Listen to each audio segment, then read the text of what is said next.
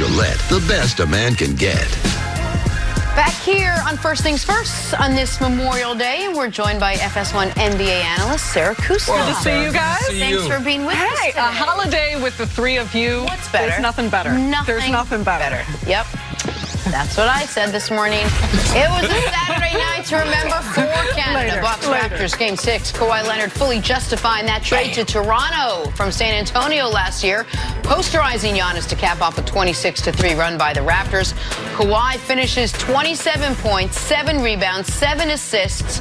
Raptors advance to the first ever NBA Finals where they'll face the Warriors. Here's Kawhi after that historic performance. It's great.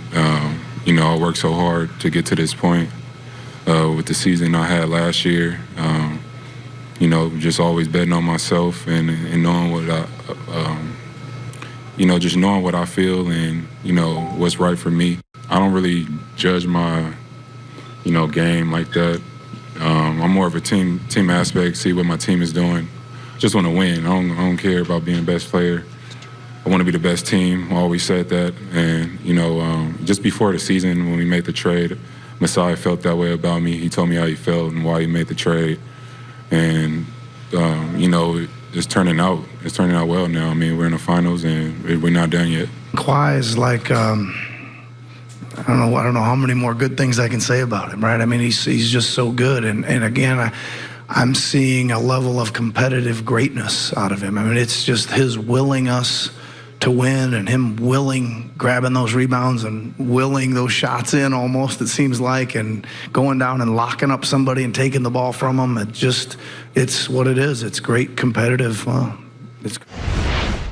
right, Sarah, how did the Raptors do it?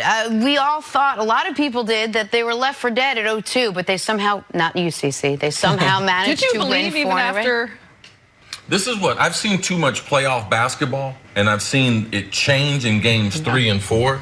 But a team that has not proven it, like Milwaukee, I'm not going to grant them, oh, they are a championship team. And because of who I work with, it's like whatever team you're on. Right now, Steph Curry realizes we got a little less offense, so to create balance for the show, I have to do a toss Nick in this already. Oh, that's fine. Work. No, that's fine. I got to do a lot of work to build balance out of this. I was all in on Milwaukee. I think even Chris thought Milwaukee was the heavy favorite up I thought they were a better team. Right, but not that they were necessarily going to, that the series wasn't over. I did think the series was over. And so instead of to read T. Jenner's question, how did you think they were able to do it? You were not the only one that thought that Milwaukee was a heavy favorite. But let's not forget, these were the top 2 teams with the top 2 records in the NBA. This was an extraordinary series.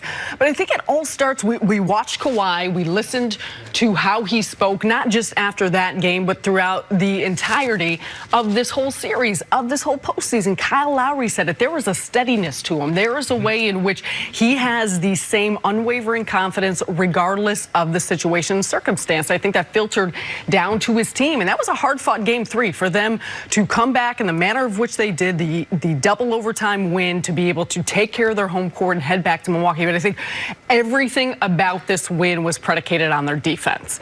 Milwaukee finished the regular season 4th offensive rating in the league. No one could figure out how to stop Giannis. No one could figure out how to stop them, put them in the half court, slow down the freight train that he is, you know, whether it's in transition or in the half court. And the switch that was made in game 3 by Nick Nurse to have Kawhi Leonard as his primary defender, switching up a few things with the defense, going to more of zone looks. But in the entirety of this last game, and it's what it showed throughout the course of this series, their rotations were on point.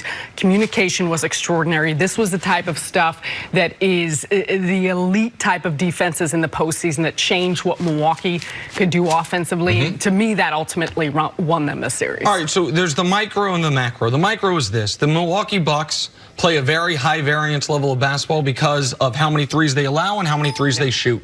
The only team that shoots more threes is the Rockets. Why do the Rockets play that way? Obsessed with beating the Warriors. They know the Warriors are more talented. They know the Warriors are better, so they want to bring variance into it. Milwaukee played that way, turned into this juggernaut, and then the variance went against them the final 2 games of this series. Toronto in both those games shot over 40% from 3. Milwaukee in game 5 only made 10 threes. In game 6, made 6 threes in the first quarter. And the rest of the game was 6 of 28 from 3. With 2 makes from Giannis. The rest of the team was 4 of 24 from 3 in quarters 2 through 4. So that bit him. Fred VanVleet catches fire in games 4, 5, and 6. That bit him. But the macro is this. I'm sorry. The Raptors had a closer, and right now the Bucks did. And I love Giannis. I said I would adopt Giannis. He is my favorite player to watch currently playing. He's literally 4 years younger than you. Okay, that's fair enough. But Can I adopt him? But he has a glaring hole in his game, and it got exploited. And it's a hole that no one's been able to exploit all year. But no matter how great of a player you are, you can be LeBron James. Oh, you can't post up? Guess what? It's all we're going to ask you to do. Oh, you're Steph Curry, you struggle on defense? How about we just run you through 75 pick and rolls and see if it wears you down in the 2016 NBA Finals? For Giannis, it was, you won't shoot that mid-range. We will let you get to 12 feet, and if you pull up from there, our defense is drawing dead. And on the flip side, the Raptors' best player, Kawhi Leonard, right now has no weaknesses in his game. The one weakness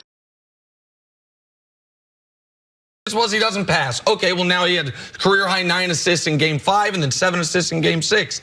And at the end of games, the Raptors could just give the ball to Kawhi and say, make the right play. And the Bucks could not do that with Giannis. And Giannis has got to get some help from Coach Bud. Because, Nick, you talked about the evolution of Giannis and the difference between Jason Kidd as the head coach and Coach Bud. But Coach Bud had no answers. The reason why you can get him in the half court, you can take the ball out of Giannis's hand, you can crowd the lane. They played the #1 defense. When you're teaching basketball, you teach defense because kids ain't going to play man-to-man. You teach them a 2-3 zone or a 3-2 zone.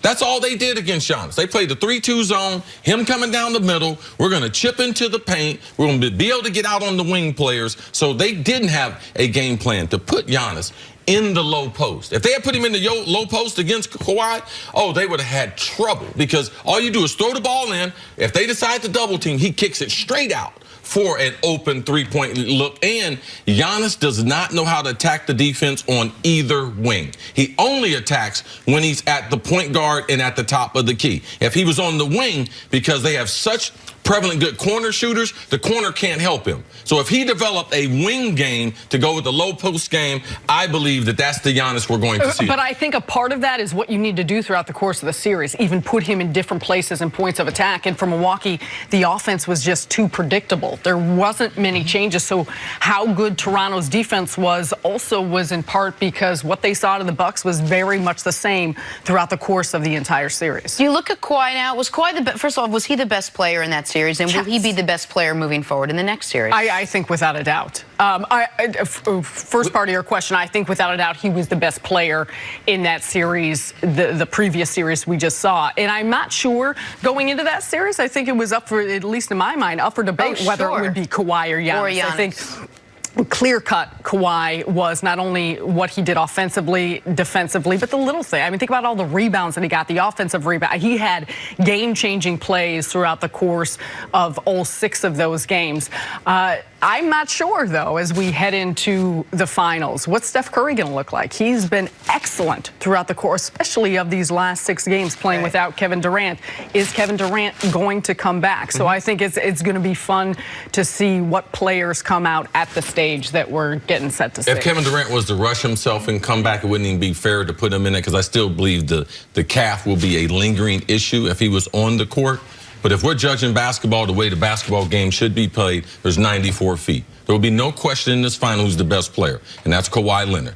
Because what he does on the defensive end, if you're looking at real basketball, and the reason why it was a great comparison with him and Giannis, because we have 2 of the top 5 defenders we have in the league. Both of them playing on the court at the same time. It's different with Steph Curry. He has no rating as a defensive player. It's predictable what he's going to look like on defense. Steph on offense, he'll be amazing. Now, it's just a matter of if Kawhi puts up the same numbers that he put up in round 1, round 2, and in the finals, we know what he's going to do on the defensive end. I believe Kawhi Leonard will be the best player on the court. And the other thing, however you tier Kawhi, KD, and Steph, what Kawhi has unequivocally answered is you can trust him as your closer.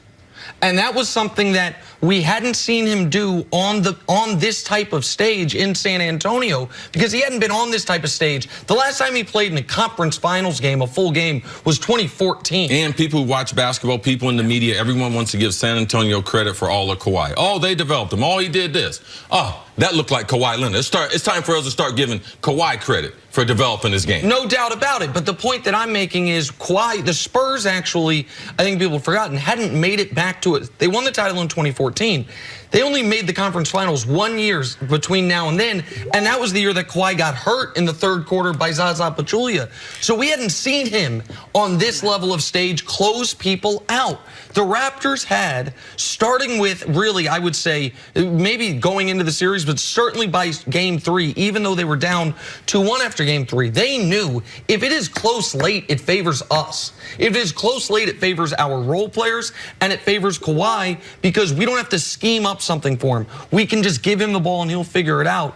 That is an enormous edge that I didn't know going into this series Toronto would have, because we hadn't seen Kawhi do it as this level of his career. We now have seen it. All right, Sarah, stick around. Take a break. Coming up, can the Warriors complete the three-peat without Durant? That's next up. First things first. Is that? No, you got it. You got it right. But take a break. You always think people messing with you at the end of the season. I wonder why I think that. Well, it's